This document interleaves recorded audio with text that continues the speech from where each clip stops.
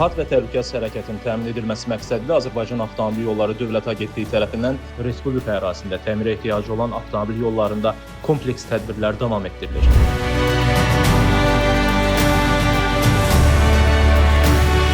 Bu çərçivədə Xırdalan Masazır Novxanı avtomobil yolundan ayrılaraq Zəngilan, Qaçqın və məcburi köçkünlərin məskunlaşdığı şəhərciyə aparan, uzunluğu 2 km olan avtomobil yolunda aparılan əsaslı təmir işləri uğurla başa çatdırılır. Uzun müddət əsaslı təmir olunmadan istismar edilən yolda hərəkət hissəsində deformasiyalar yaranmış, qabaramalar və çalarlar əmələ gəlmişdi.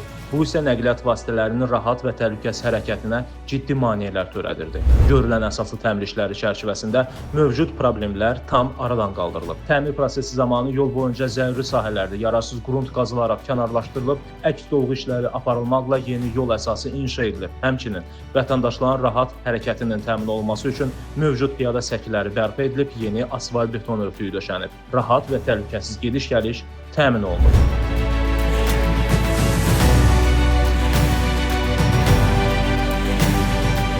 Yolunuz açıq olsun.